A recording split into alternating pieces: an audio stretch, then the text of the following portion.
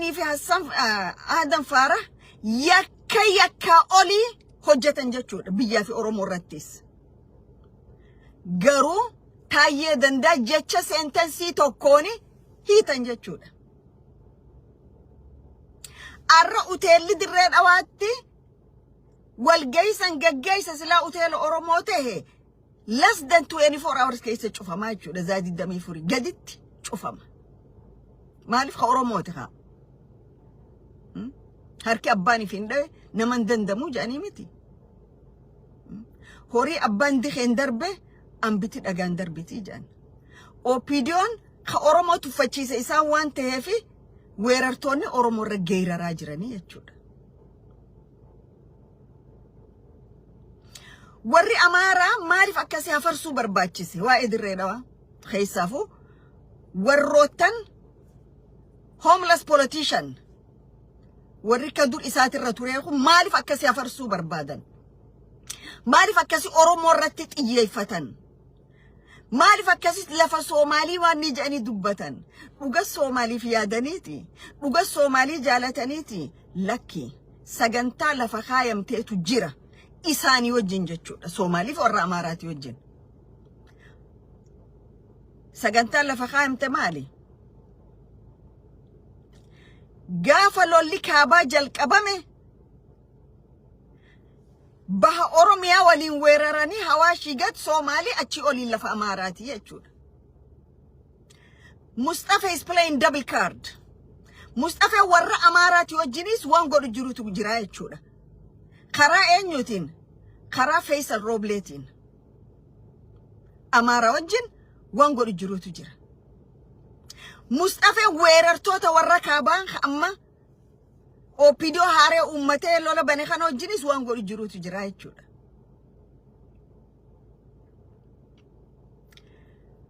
Warri kun akkuma nama ijoollee waa dura kaayee ijoollee waa dura keessa eegattanitti taphattii miti.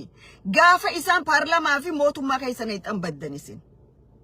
Uummata biyya isaaf irra diigee dhufe biyya wajji bulchinaa jettan.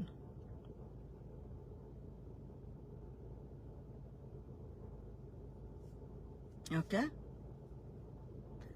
Arra gootummaa kamiin onneetamiin Dirree Dhawaa keessa dhaabbatee durriyyeen halkan dhugaatii irra bule Oromoo irra geerara. Yoo Aadan Faaraah green light duubaan kanniniif. Akkamiin baaftan achi yoo? Akkamiin baaftanii Jabuutii neexan Aadan Faaraah? Akkamiin neexte? Dirree Dhawaa itti abjoochuun hin dadhabamu. Garuu Dirree Dhawaan harkatte lubbuu namaatiitu achi keessa bada malee. Arra isin qawwee Jabuutii seentuu fi qawwee Kililii shanii seentu abdachaa jirtan. TPLF kakaafneen qawweedhaanii miti. TPLF kakaafneen tokkummaadhaani. Ummanni Oromoodha keessa alan karra qabsaa'uu qabu lafoota Oromoodha ka Kililii shan jala galchan hatattaman akka Oromiyaa jala deebisan. Abiy Ahmed maal je paarlamaa irratti የሶማሊያ ክልል የይገባኝ ጥያቄ ያላቸው ከአንዳንድ ቀበሎች ላይ ምንም የላቸውም፣ በታሪክም የላቸውም፣ በምንም ጅጅጋ ራሷ የኦሮሞ አካል ናት። ኦኬ ሀገ ፍሪ ብሽንጋን ቀበን ባለራታናን ቦረነራታናን weerartoonnituun sagantaa bara 77 Hawaashii gadi lafateenya shanan Soomaalii jedhusan if duuba kaayanii deeminsi isaanii kun nama cufa gatii kafalchiisuu ta'a. Dirree Dhawaa kana baay'ee kafalmachuu jiru keenya jo Ogaden Mo'isa Ogaden Mo'isa Mustafanis achif almata Aadan Faaraahis asif almata Dabile Jantin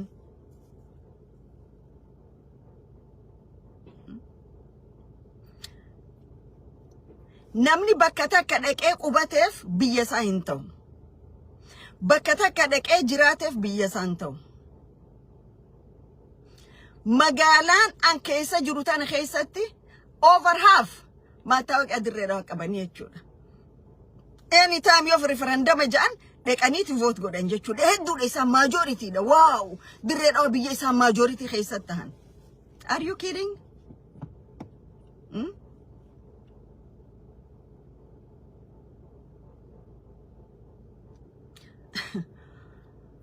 Abjuun jara kana karaa dheeraadha. Jara kana haga isaan lafa daangaa bahaa cabsanii seenan mootummaan kun tuffachiise mootummaan dargii hamaan saniin tuffachiifne. Jeneraaloonni yeroo san turan sammuu isaanii sammuu impaayira tiisuu sanaa taatu malee dhalti Oromoo ka yeroo san ture haga firii qeensaa kana daangaa san cabsuu ittiin dhiifne. Jeneraaloonni arraa ka maqaa Oromootiif yaadu lafa Oromoo gurguratanii sooromu malee daangaa Oromiyaatiif dhimman qabanii jechuudha. Amaniin harka jeneraalota gari I will call the name. Haayiluu Gonfaa ganama galgala waa barreessa maqaa namaallee waggaa hedduu yaamuun jaaladhu garuu isa ni yaama. Maaliif maqaan jeneraala? Warri kun silaa warra daangaa tiisu. Obboleeyyan lameen qawwee wal dha'uun haa dhaabbatu jedha. Waliin jenna. Daangaa Oromiyaa ka cabu jiru kana sentensii tokko barreessitee beektaa Haayiluu Gonfaa? Daangaa tokko sentensii tokko. Daangaan Oromiyaa kabajamuu qabeettee barreessitee beektaa?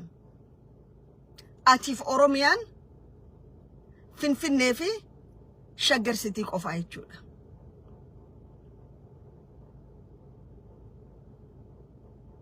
Wal taajjabna walis ajaa'ibne jechuudha. Ummanni arra Oromiyaa baharratti saayilanti gootanii harka alagaatiin lafasaa dabarsitanii harka alagaatiif kennitanii ummanni kun akka daangaarra dhiigu warri godhaa jiru isinii jechuudha.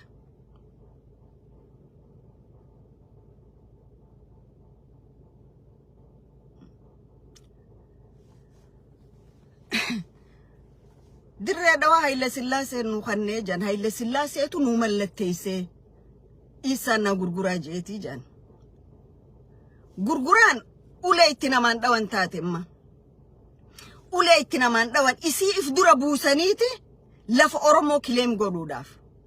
Garuu taboolla keessaan baane seentummaas deebitee obboleeyyan keenya kan gurguraa karra isaan wajji dhaabbatu kana.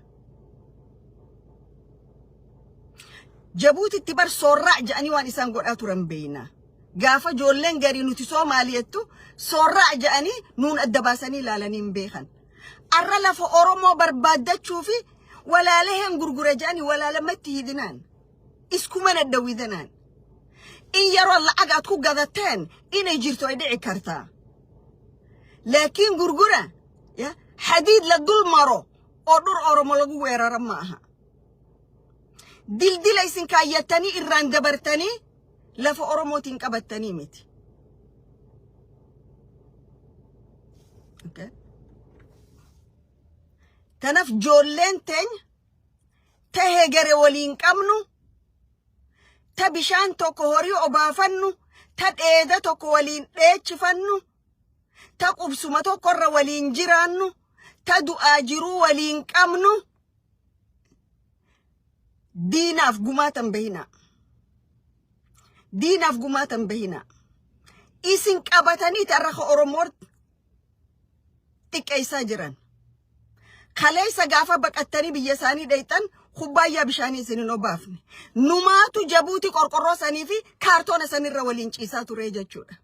Tokkoon isaanii isin Soomaaliidha hoottaa bishaan dhugaa isinin hin jenne.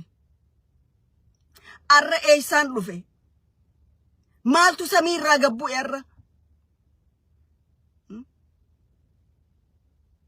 Maaltu dhalate? Isiniif ta'uu dhiisaatii ifiifu waliif hin taane isaan. Ifiifu waliif hin taane. Elekshina Minisootaa keessatti waan wal godhan agartanii jechuudha. Ifiifu waliin taane akkamissiif ta'a. Garuu duyda keetirraa ajjatee dirree dhawaa kileem godhee achi booda kalafarraa balleessu sihii jechuudha. Ittiin dhiifnu. Atiis baduun qabdu nutis baduun qabnu jechuudha. Waliin jiraachuu qabna. ammoo ka waliin nu dhawee lafa teenya san barbaaddachuu deemu waliin dura dhaabbachuu qabnaa jechuudha. Hidda dhiigaa waliin nu hidha. Hidda dhalootaa waliin nu hidhaadha.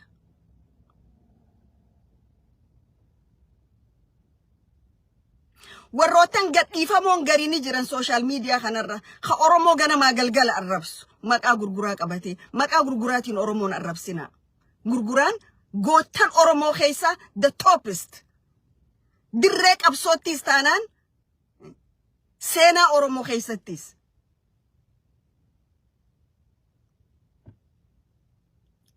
warri garii warri asirra nama arrabsaa oolu warra kalee obbeleeyyan qabsoo bilisummaa Oromoo keessatti lubbuu dabarsanii abbaan mana hidhaa keessatti torchitti ta'e itti dhumeedha. Warri arra Oromoo xiqqeessu wal beeyna garii keenya hidda keenya wali ejja dhiigummaas qabna. Maqaa gurguraa dhawattee Oromoo arrabsuu dura deem maatii irraa dhalatteef ta'e deem dhalatee ta dhalteef ta'e ta deesseef dhalateetiif hin taane haadhateetiif hin taane Oromootamiif taata. An Oromoof dubbachuu dura maatii kootiif ta'uun narra jira. Ilmaan kootiif ta'uun narra jira.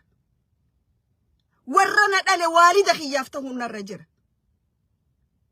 Achi boodaan Oromoodhaaf tahaa jechuudha. Warri mataa isaanii hin danda'in gaafa gabbaanii Oromoo arrabsan maqaa kana qabatanii baay'een gadda. Garuu bakka hin buutan. Maaliif jennaan? Bad apple is everywhere. Apple kaartoona guutuu badaa tokko keessa jirutu ajeessa.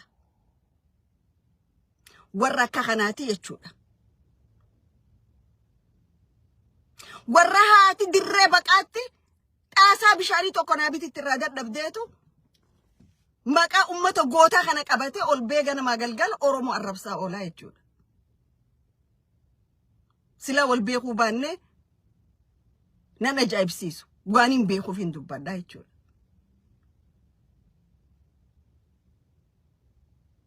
Kanaaf gabaabumatti ummata Oromoo adda babaasuun adda qooduun fanjii kalee wayyaaneen keesse arra isa dhufee obbeleeyyan keenya qabatee nurratti dhoosu ittiin dhiifnuu jechuudha.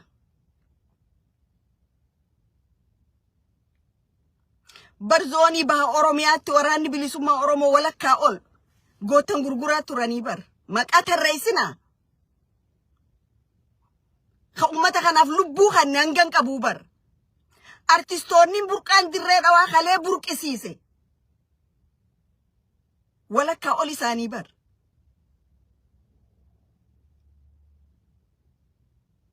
Arra warra kana qabatee isa Oromoodhaan dha'uu barbaadaa jechuudha obbeleeyyan lama.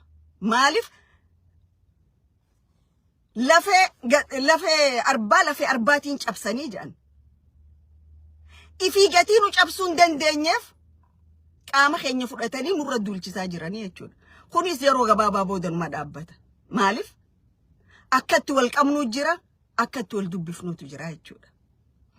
Akkuma kalee wayyaaneen Oromoota naannawa adda addaa horiin bitattee Oromoon fixaa baatetti qaama kana keessaa isa haga tokko maallaqaan bitatee kan hojjechiisaa jira. 99.9 quban qaban waan kana. Less than 1% dha maallaqa fudhatee waan kana oofaa jiru. They cannot divide us. Kalees waliin turre, waliin dhalanne, arras waliin jirra, borus waliin jiran. Haga addunyaan tun jirtu obbeleeyyan lameen Oromoof gurguraa wanni adda baasu hin jiru. Hidda dhiigaa waliin nu hidhaa bar waliin dhalanne.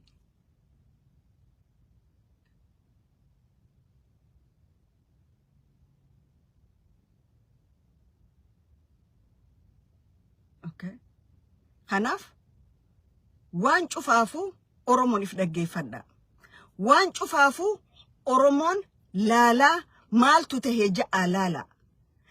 Dubbiin dirree dhawaa magaalaa guddittii Soomaalii godhuuf Aadan Faaraxii fi gurbaan Mustafeen oofu jiran yoo Oromoon duute qofa milkaawaaf. Yo Oromon nuti dhiira hin qabnu ja'anii akka warri garii gaafa nolaatti lola bara dur mallatteessan sanitti yo akkasi mallatteessan qofa jarri kun dhufee lafa Oromiyaa fudhataa jechuudha.